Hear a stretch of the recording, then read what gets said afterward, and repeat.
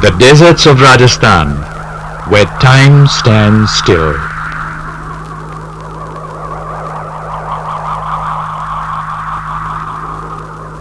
Temperature rising above 50 degrees Celsius in the peak of summer makes living very hard. The people of the Pokhara region went about their dreary lives unaware that their villages would soon be the focus of world attention. The 11th of May 1998. The inhabitants of Khetaloy, Lathi and a few other villages were asked to vacate their homes for a few hours in the afternoon. And then at 3:45 p.m. the earth rocked, sending tremors across the Thar desert. It was like a mild earthquake, said those who experienced it. It was all over in just 5 seconds. Yes, after 24 years, yet again, India conducted a series of underground nuclear tests.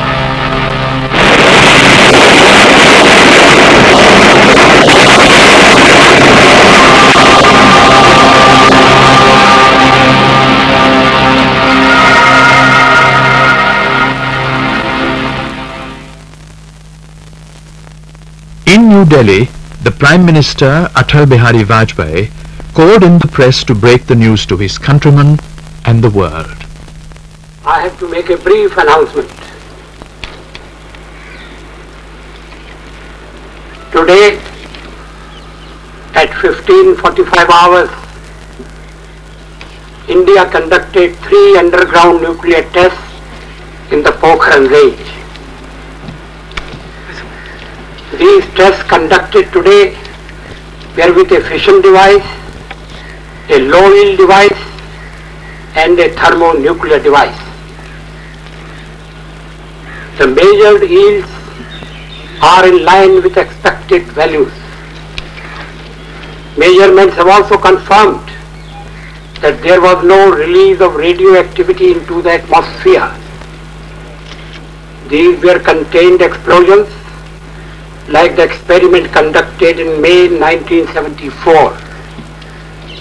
I warmly congratulate the scientists and engineers who have carried out these successful tests.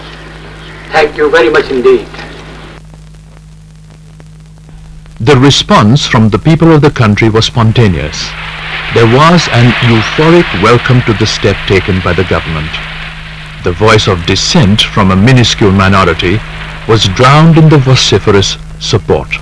ये जो हुआ है बहुत अच्छा हुआ है, world को दिखाना बहुत जरूरी था और इंडिया कितना पावरफुल है एक दफे दिखाना जरूरी था। इंडिया ने जो किया है अभी वो काफ़ी अच्छा किया है, उसमें कोई वो नहीं है। और जो इसमें कई तरह की विदेशी ताकतें जो अभी कह रही हैं कि ऐसा मतलब ये अच्छा नहीं किया या हम ग्रांट बंद कर देंगे या नहीं देंगे, तो उससे घबराना नहीं चाहिए। एक्चुअली हर देश कर रहा होगा, हमें मालूम नहीं होगा। ये अपना देश का हमने किया है, वो सबको मालूम पड़ रहा है, इसलिए जब अमेरिका ने वगैरह बुमाम किया, लेकिन it's okay, we should do something ना for our security of the country. पड़ोसी देशों को पता तो होना चाहिए कि भाई हमारी मतलब ताकत क्या है, हमारे पास क्या क्या है, क्या क्या हम कर सकते हैं, ताकि थोड़ा बहुत लोग डर के रहें और अपनी मतलब जिंदगी के लिए हम लोगों को इतना पता लग जाएगा मतलब हमारा देश सबसे आगे। India conducted 2 more nuclear tests on the 13th of May, completing its planned exercise to gather additional data for the weaponization process. India shares its borders with China across the Himalayas and with Pakistan in the north and the northwest. China invaded India in 1962. However, during the last decade, there has been considerable exchange of visits by leaders of both countries, and bilateral talks were held to improve relations. But the border dispute between the two countries remains unresolved. Further, China, which is one of the 5 nuclear weapons states and a signatory to the Nuclear Non-Proliferation Treaty, is said to have been aiding and abetting Pakistan's nuclear programs. Pakistan lost 2 conventional wars with India in 1965 and 1971. Ever since, she has been waging a proxy war with India by training and arming the Kashmir militants.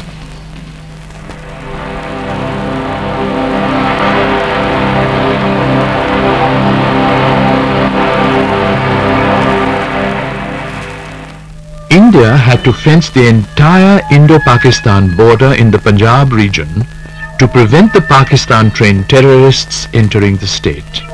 Till recently, the marauders have played havoc with the life and property of the people of the Punjab. They spread anarchy in several parts of the country.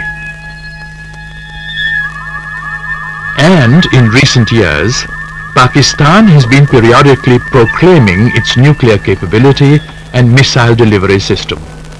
Prime Minister Atal Bihari Vajpayee wrote to world leaders explaining India's compelling circumstances to become a nuclear weapons state. The Defence Minister, George Fernandes, spelt out the threat perception. Pakistan से तनाव है, संघर्ष है, कश्मीर में चल रहा है, अनेक स्थानों पर अनेक किस्म का समस्याएं, हरकतें हो रही हैं, वो सब चीज़ें अपनी जगह पर हैं, लेकिन हिंदुस्तान जैसे राष्ट्र को पाकिस्तान कोई ऐसा खतरनाक चीज़ नहीं कि हम ये कहें कि हमें सबसे बड़ा खतरा पाकिस्तान से है। अगर खतरे की बात करनी है और उसको आजमाकर अगर देश के सामने कोई बात रखनी है, तो मेरी ये मान्यता है कि इस देश के लिए जो सबसे बड़ा खतरा है वो चीन से है।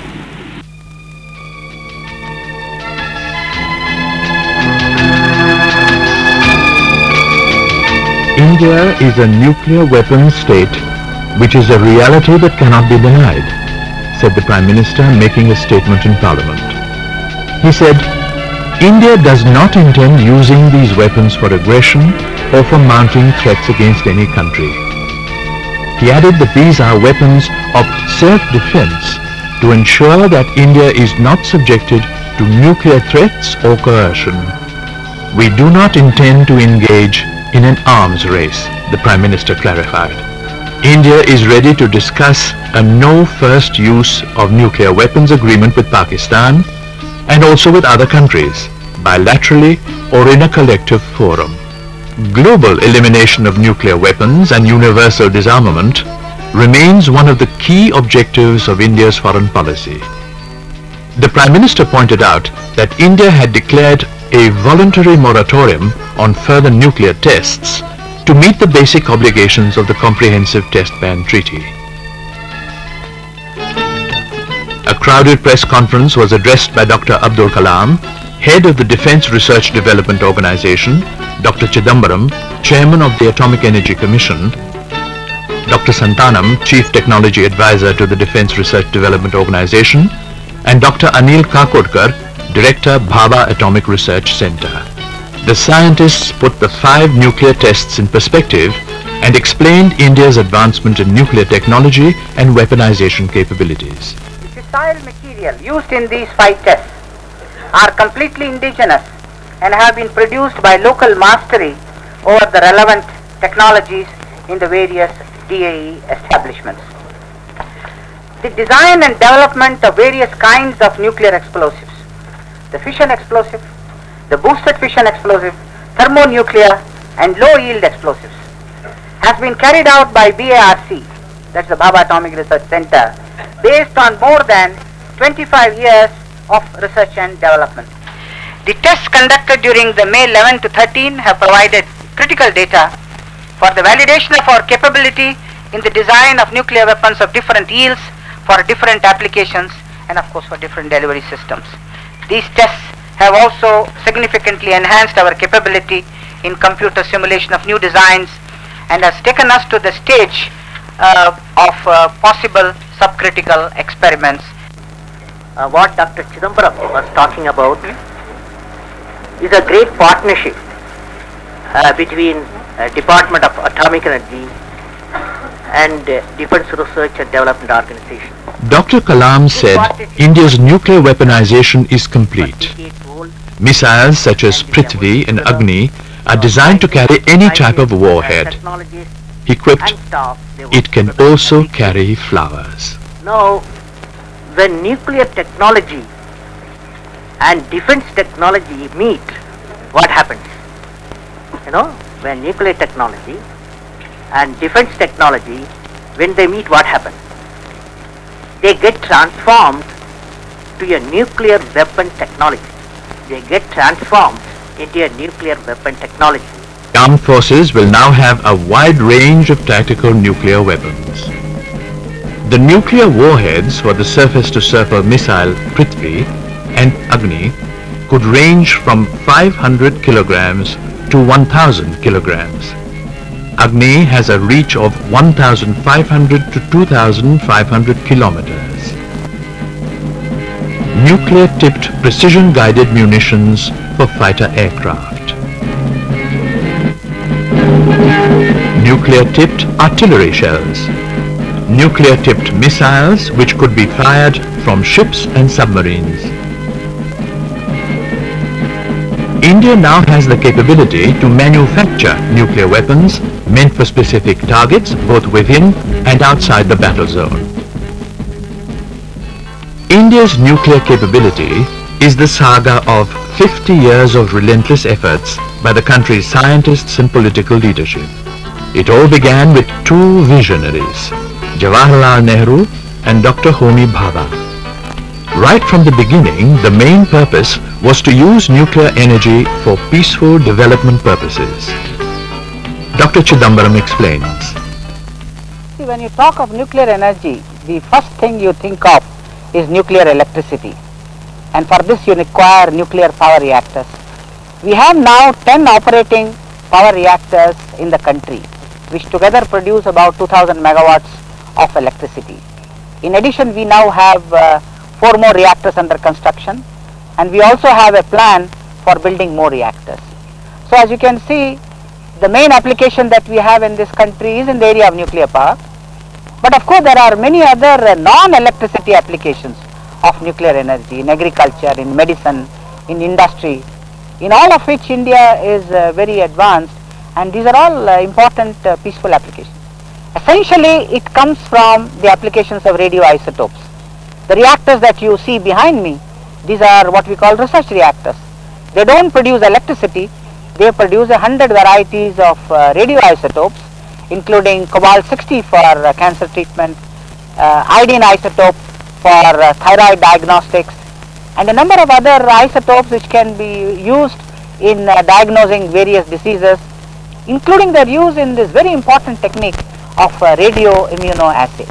You can also use radiation to produce mutants of many agricultural seeds which are very beneficial and which have also been propagated very widely over the country. Not many people may know, for instance, that 11% of groundnut grown all over this country is based on the mutant varieties produced in Trombay. Also 90% of a particular kind of pulse, urad or black gram in the state of Maharashtra is the Trombay mutant variety. In 1974, India conducted its first underground nuclear test for furthering progress towards developing a comprehensive indigenous nuclear technology. Today, as far as nuclear technology is concerned, India is not a developing country but a developed nation, asserts Dr. Chidambaram.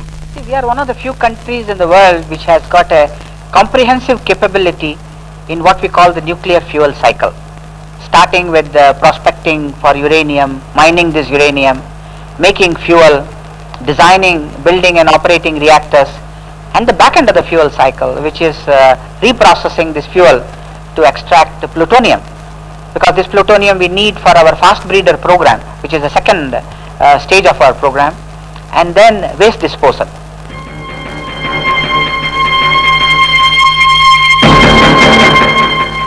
Prime Minister Atal Bihari Vajpayee, accompanied by Defence Minister George Fernandes, the Chief Minister of Jammu and Kashmir, the Governor and Chief Minister of Rajasthan, and senior scientists visited the nuclear test range in the Pokhara region. The salient features of the 5 nuclear tests were explained. A lower yield device was used for the tests to avoid possible seismic damage to buildings in the neighboring villages, which were less than 5 kilometers away. The 11th of May tests involved a 12 kiloton fission device, a 43 kiloton thermonuclear device, and a 0.2 sub-kiloton low-yield device. The blasts produced a seismic signal of 4.7 on the Richter scale. having tested a hydrogen bomb, India could now produce a nuclear bomb of 200 kilotons.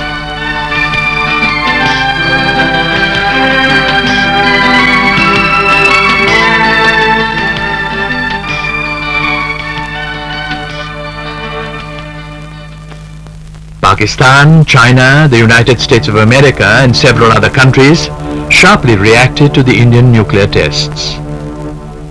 Ignoring the plea of world leaders, on the 28th and 29th of May, Pakistan conducted 7 nuclear tests in the Sagai Hills, close to the Afghan border. And the people of Pakistan were jubilant. The United Nations voiced concern about the increasing proliferation of nuclear arms. The 5 nuclear weapon states, who also constitute the Security Council of the United Nations, asked the Secretary General to report on the nuclear proliferation scenario in South Asia. India has rejected the observations of the UN and reiterated the need for discussion to achieve global disarmament. India's nuclear policy stands vindicated when we look at the nuclear weapons pile-up among the 5 nuclear powers. The Bulletin of the Atomic Scientists of the Natural Resources Defense Council estimates that beginning from 1945 until 1992, the USA had conducted 1,032 nuclear tests and is expected to have a stockpile of 12,070 nuclear weapons. Russia conducted its first explosion in 1946 and has carried out 750 nuclear tests until 1990. It is estimated to have 22,500 nuclear warheads. France began its nuclear tests in 1961 and had conducted 210 tests until 1996. It is reported to have a stockpile of 500 nuclear weapons. The United Kingdom between 1952 and 1991 had conducted 45 nuclear tests and stockpiled 380 nuclear warheads. China carried out its earliest test in 1964. Until 1996, she had conducted 45 nuclear explosions and is estimated to have 450 nuclear warheads in its arsenal. Compared to all this, India has conducted a mere 6 tests in 24 years between 1974 and 1998. It has just begun its weaponization program. We must first realize that India's commitment to non-proliferation is second to none in the world. In fact, if you look back in history from the time of Jawaharlal Nehru, every instrument that has been proposed for non-proliferation has originated with an Indian initiative. But this particular instrument, which divides the world into 2 kinds of countries, nuclear weapon states and non-nuclear weapon states, is not acceptable to India on fundamental principle because it is so blatantly discriminatory. Discriminatory in the sense that only a few countries have what you can say license to proliferate. Even though nuclear disarmament has been built into the NPT, the 5 nuclear weapon states have been able to proliferate during the 25 years of existence of this treaty. Of course, the treaty is also flawed in many other ways. Prime Minister Atal Bihari Vajpayee has made it very clear that India stands for a complete nuclear test ban and elimination of nuclear weapons at the global level. There cannot be one set of rules for 5 countries and one for the others. India has offered to sign the Comprehensive Test Ban Treaty only after a re-examination of all its clauses. India has also offered to hold talks on no first-time use of nuclear weapons with Pakistan. The nation stands squarely behind the Prime Minister when he tells the world that India is a peace-loving country and will lead the fight for total disarmament.